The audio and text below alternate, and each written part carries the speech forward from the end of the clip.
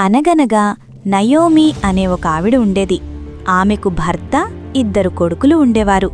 వాళ్ల ఊర్లో కరువొచ్చి తినడానికి తిండి లేక వేరే దేశానికి అంటే మోయాబు వెళ్ళిపోయారు. అక్కడ వాళ్లకు చాలా కష్టాలొచ్చాయి. నయోమి భర్త చనిపోయాడు. కొన్నాళ్లకు ఆమె 2 కొడుకులు కూడా చనిపోయారు. అయ్యో, నయోమి ఒంటరిదైపోయింది. ఆమెకు చాలా దుఃఖం వచ్చింది. నయోమి తన సొంత ఊరు వెళ్ళిపోవాలనుకుంది. ఆమె కోడలు రూతు కూడా, అత్తయ్య, నేను నిన్ను వదిలిపెట్టను అని ఆమెతోనే వచ్చేసింది. 2 ఖాళీ చేతులతో బేత్లెహేము వచ్చారు.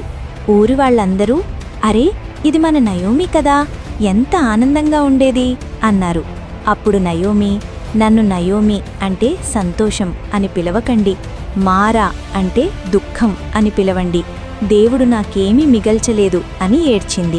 కానీ పిల్లలు, దేవుడు నయోమిని మర్చిపోలేదు. రూతుకు మంచి భర్త బోయజు దొరికాడు. వాళ్ల పెళ్లి జరిగింది.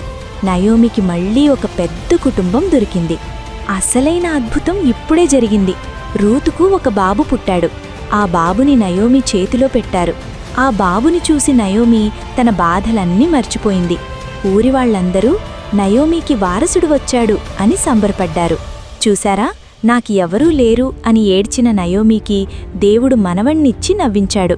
మనం కష్టంలో ఉన్నప్పుడు దేవుడు మనకోసం ఏదో ఒక అద్భుతం ప్లాన్ చేస్తాడు. Bye bye.